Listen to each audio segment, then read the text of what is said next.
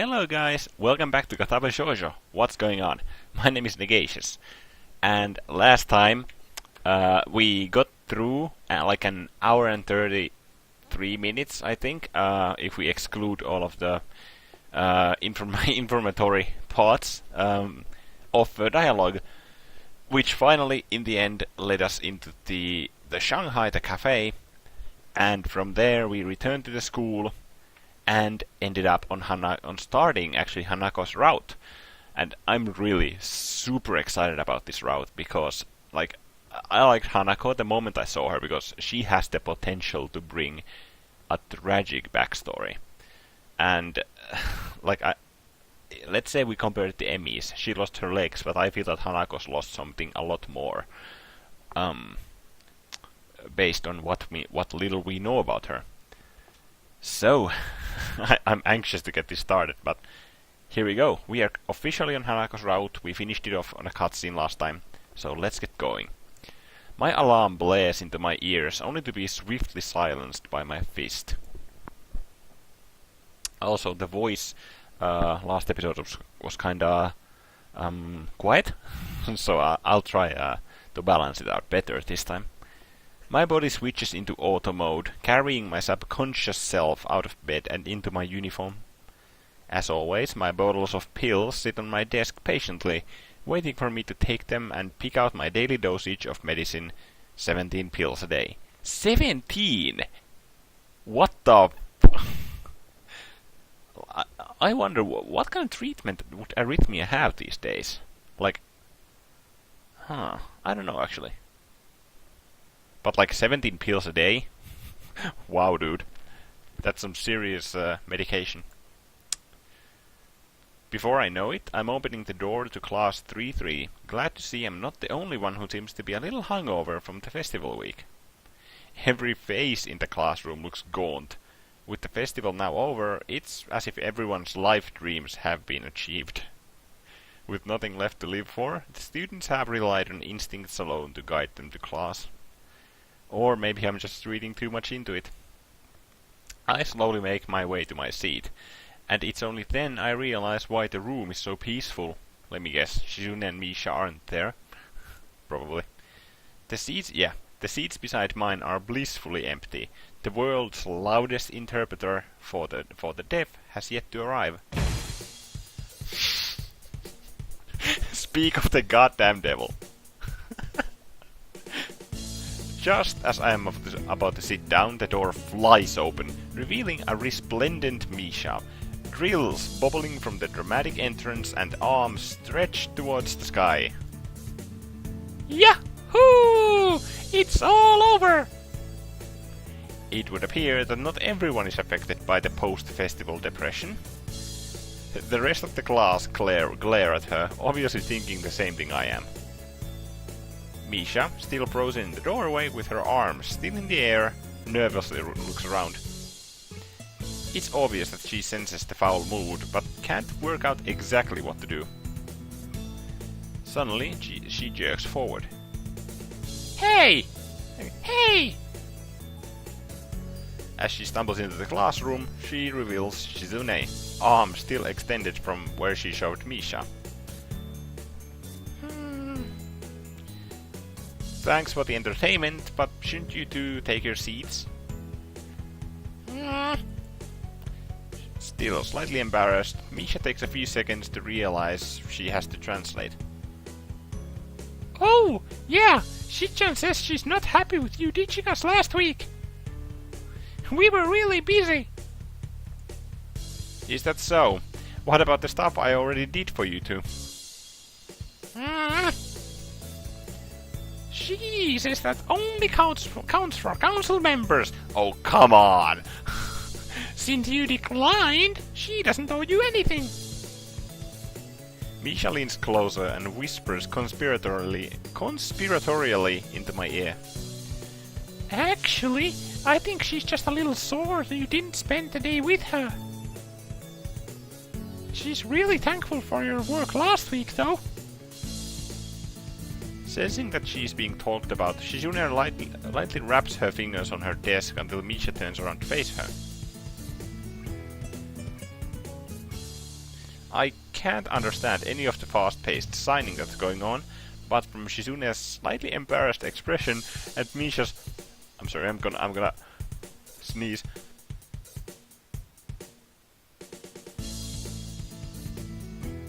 I'm sorry about that.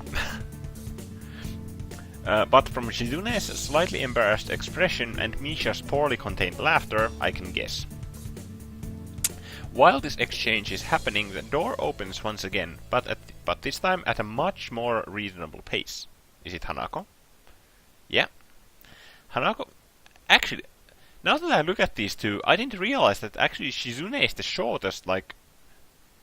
I think Emi or Shizune is the shortest girl of them all. I didn't realize that Hanako was actually that tall. Hanako quietly enters the room and pulls the door closed behind her. Peering out from under her hair, she quickly scans the classroom. Our eyes meet and she suddenly stiffens. She closes her eyes, takes a deep breath, and then walks over to my desk. What's this? Good morning, Hisao. Morning, Hanako. You're a little late, aren't you? I was talking to Lily.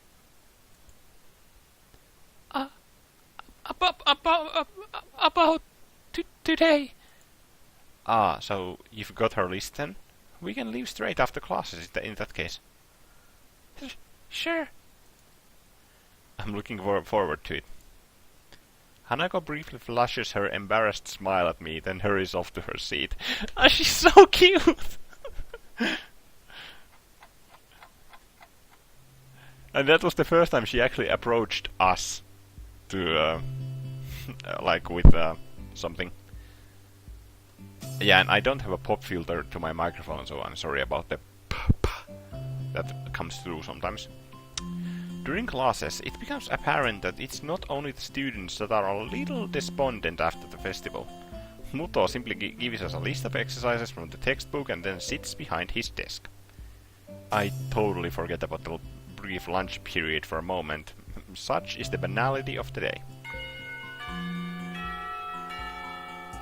It's mind-numbing, and everyone seems surprised when the bells signal the end of the lessons.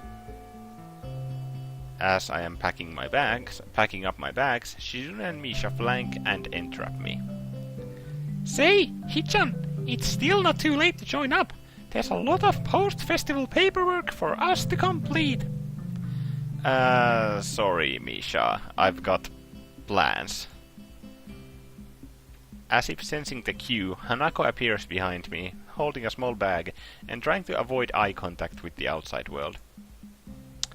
Misha's eyes open wide, and then she bursts into laughter. You move fast, don't you, Hichan? We won't disturb your date any further. Behind the roaring Misha, I see Shizune taking far too little interest in the scene. I might be taking this the wrong way, but I think she's deliberately ignoring me. I feel a gentle tug on my shirt and turn to see Hanako's eyes fixed firmly on the floor. Let's... Gotcha. Shizune, Misha, I'll see you later. And I'm still not interested in the council. Spoil sport? Misha and Shizune retreat into the hallway, happily signing to each other. Got all your stuff? Let's head off. Floods of students pour out of the school gates and onto the road into town. It's a little weird. It's almost as seen from any other high school, but the illusion fades because of the occasional wheelchair or missing limb. One thing I do notice is that nobody is alone. And, as Hanako and I pass through the gates, I notice that she closes the distance between us. Not enough to be considered close, but she certainly isn't at her usual just a little far position. I guess we're not familiar enough for her to get as close as she does with Lily. However, even though she has moved a little closer to me physically, mentally she seems to have traveled a mile. Her hands clutched around the leather straps of her bag, to the point of whitening her knuckles, her head down and her mouth pursed closed. She almost looks like she's being walked to the principal's office for the first time. I try to stifle a giggle at the thought, but it's futile. What's the matter? I guess there's no point in hiding it. Sorry, for a second there it looked like you were getting into trouble. What do you mean? I think you need to relax a little. We're not going too far, and it's only students around, right? Right. It bothers me a little to see Hanako so worked up. And you do this every week, don't you? Yes, with Lily. Of course, with Lily. I wonder, has she ever left the school without her? It doesn't seem like much at first glance, but Hanako's dependence on Lily is absurdly heavy. If she can't even handle leaving school without her, how would she have managed to survive if the two had never met?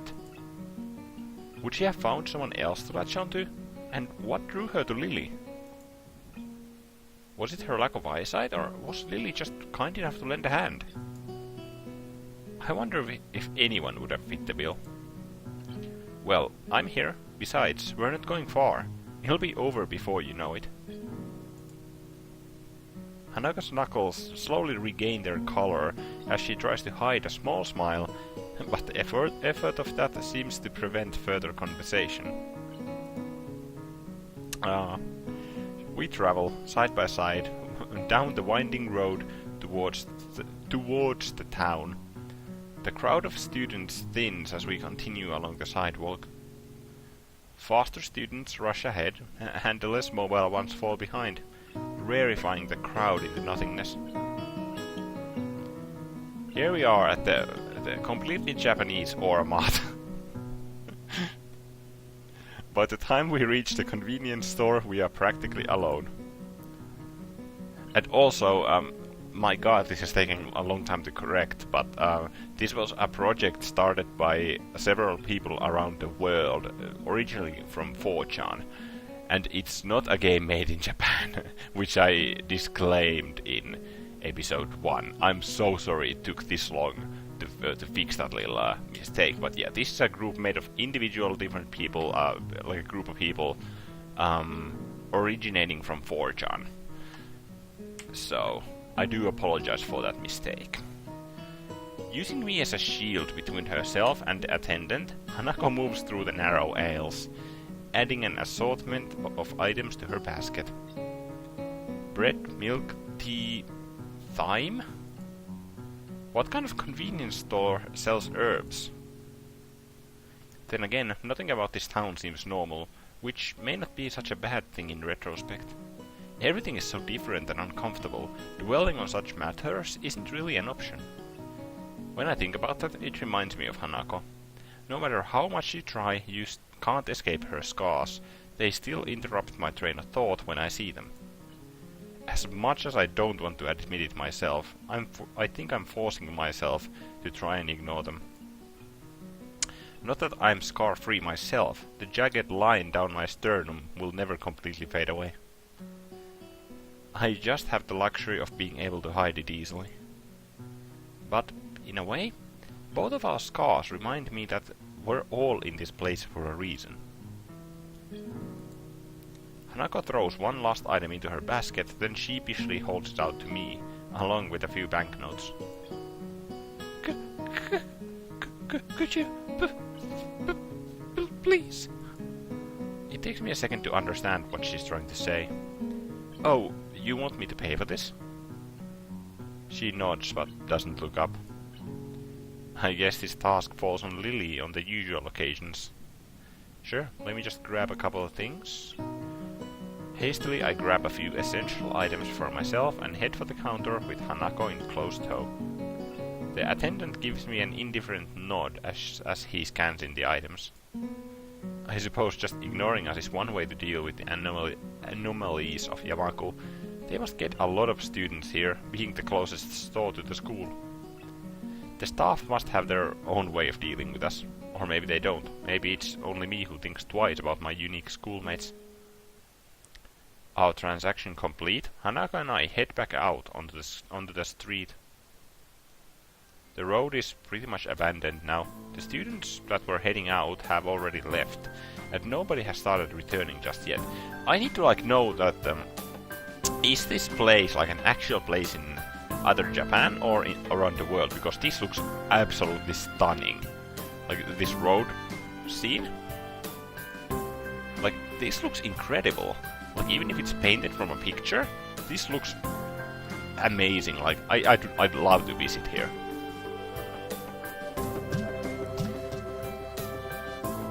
And with only the school ahead on the road, there doesn't seem to be anyone else around. The emptiness certainly reflects on Hanako, her arms by her sides, each carrying a bag, her head no longer bowed, and back to the upright position. It's almost as if she were enjoying this walk. So, why all these weird things? Mixed spice? Why would you need that in a school? I sometimes like to make food. Well, yeah, so do I, but spices?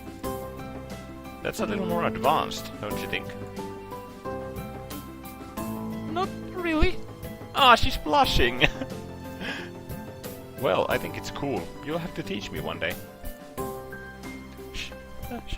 Sure. She doesn't seem all that sure, but pushing the point doesn't seem all that wise. At the very least, she seems a great deal happier than she did on the walk down here. That alone makes me a little happier. Outside the girls' dorm, Hanako and I sort out the grocery bags with our respective purchases. In comparison, my things look positively plain. I tell you, you're putting me to shame here. No, I'm not. I just. I'm only joking. I have a stack of homework that I skipped last week, so I must leave now. Will you be alright getting that to your room? Yeah. I mean, just this pose as well. She's like, I mean, this is such an anime pose, but it's so cute at the same time. Sure. Okay then. I'll see you tomorrow. Bye. We part ways, and I return to my room. Piles of papers sit upon my desk, begging to be completed. With the entire ruckus of the last week, I've barely had any time to catch up. I tried to keep up with my studies while I was in the hospital, but some of this stuff I've never seen before, even back in my old school. Totally unprepared, I pop the top of the can of drink and get to work.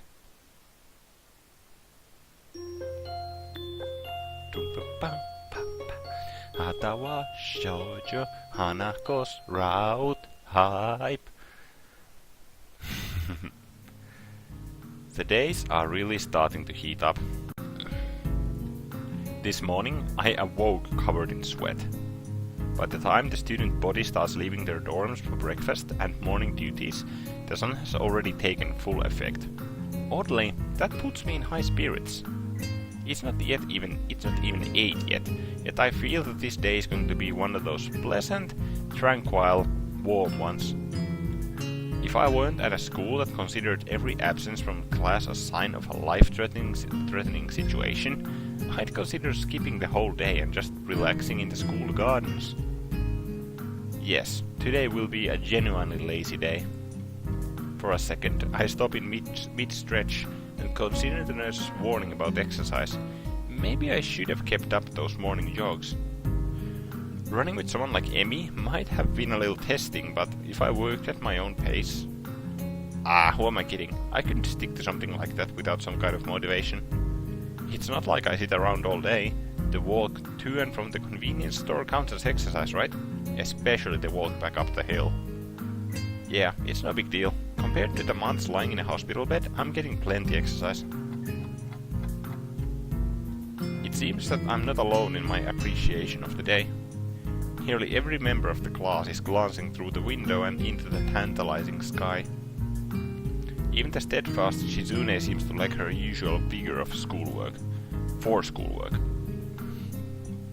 Misha, as brazen as ever, has even unbuttoned the top buttons of her shirt and is fanning herself with a notebook.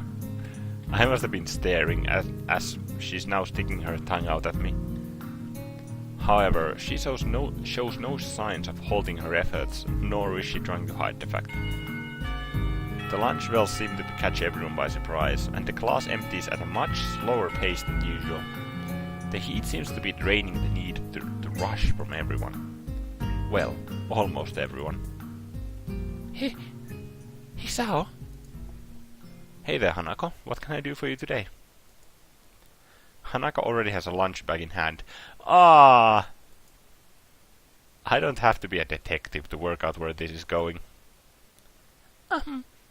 Would you like to have lunch with us again? I brought enough for everyone. Awesome. You don't have to be so stiff about it, though.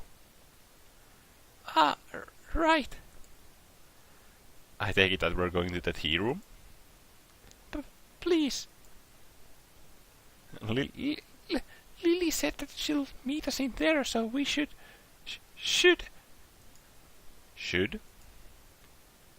go ahead together.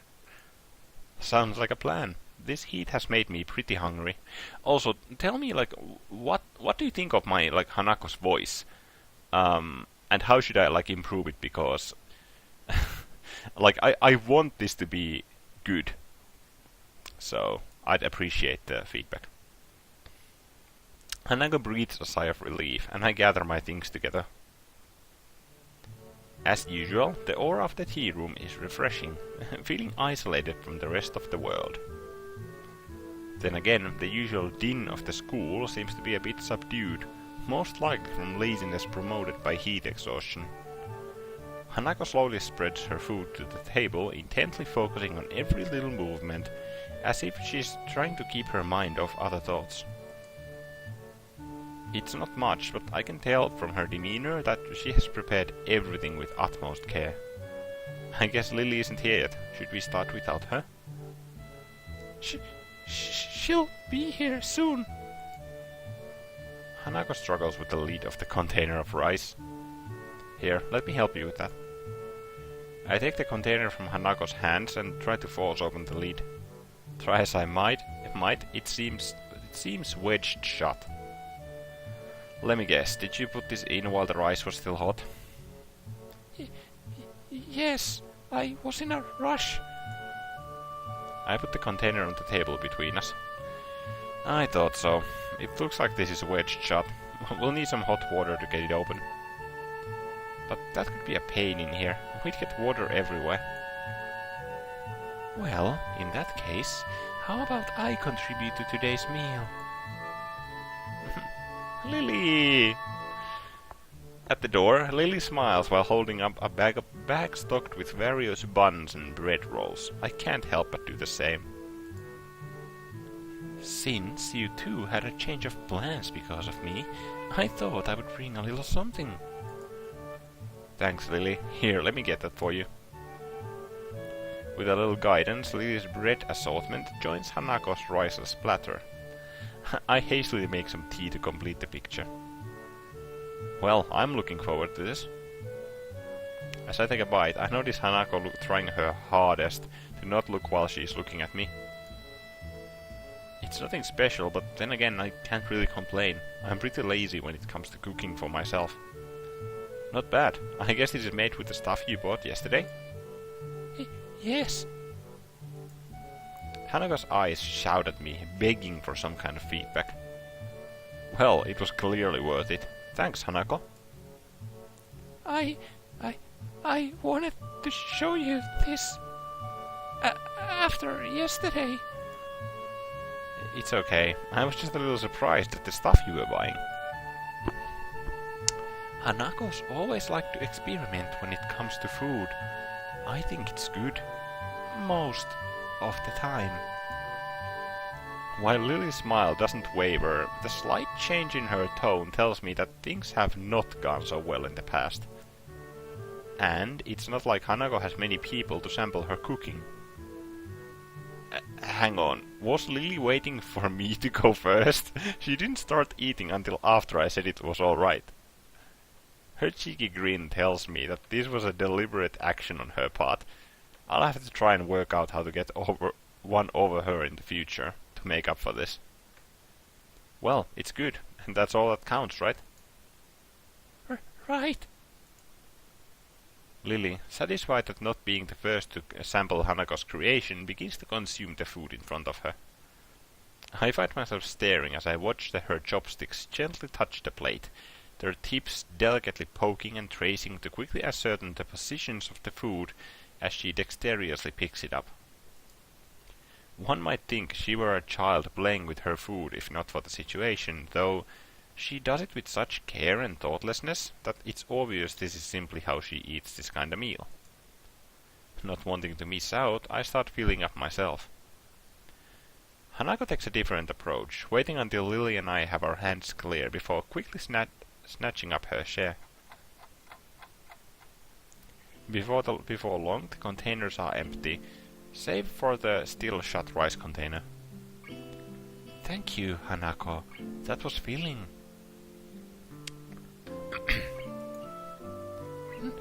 No, thank you for the bread.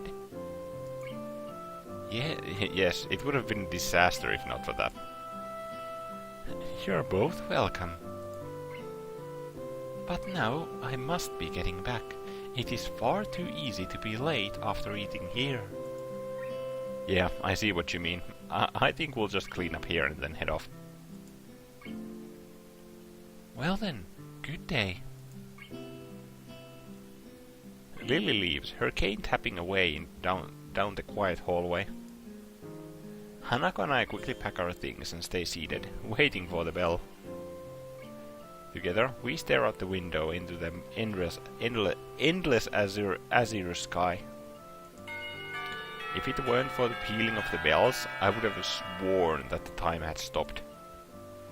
The urge to skip class rises in my gut. I shoot a glance of Hanako, who shows no signs of moving either.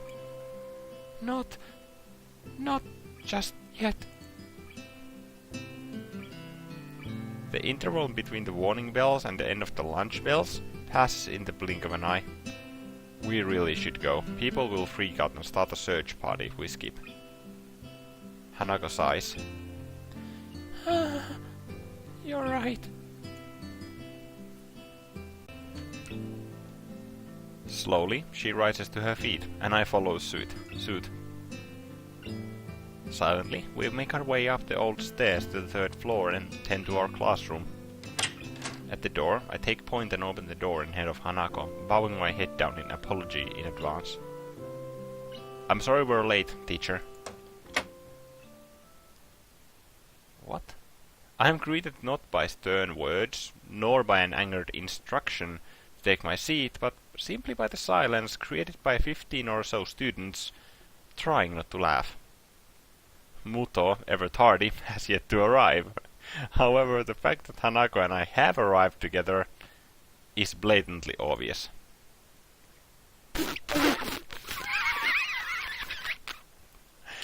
Make that about 14 students trying and 1 student failing. The lovers return!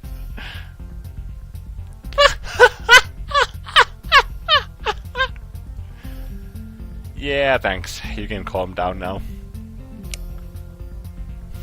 I step through the door and realize that Hanako is firmly pressed against my back, hiding herself from the class.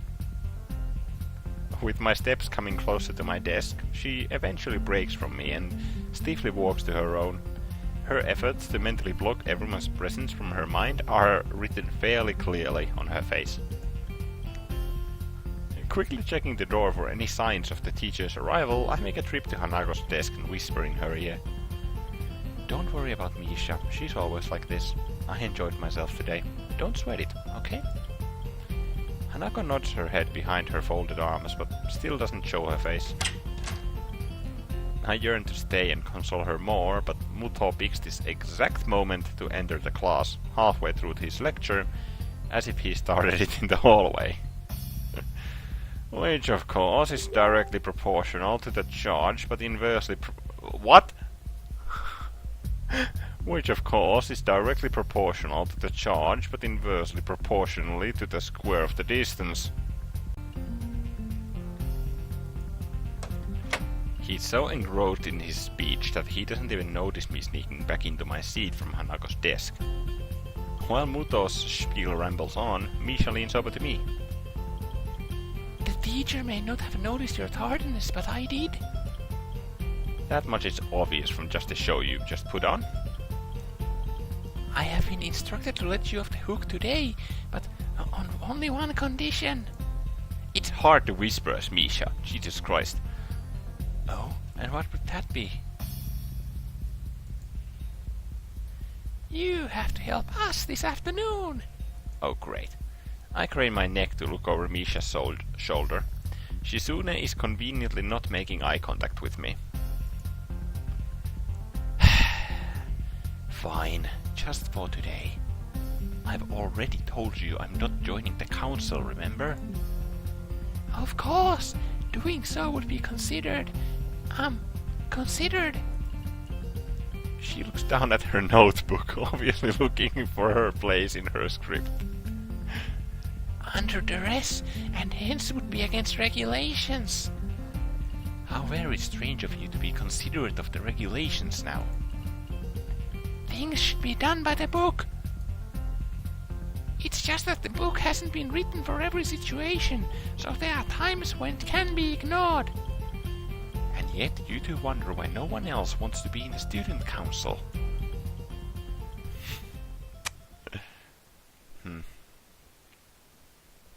After poking her tongue out at me, Misha returns to her workbook, and we battle our way through the latter half of the school day.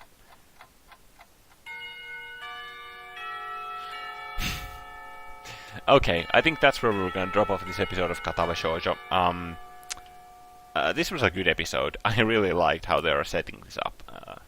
And the route began with a really promising start. Next episode, I think we're gonna see what kind of help are we gonna be required from Misha and Shizune, because we apparently ignored them. Damn student council people. I'm just kidding. Okay. Well, thank you for watching this video. If you did like it, please click the subscribe button and the bell next to the subscribe button to get my videos out at you whenever they're ready. Make sure to also like and also comment down below if you want to really show your support and give me some feedback. My name is Negacious, and I'll see you in my next video. Bye.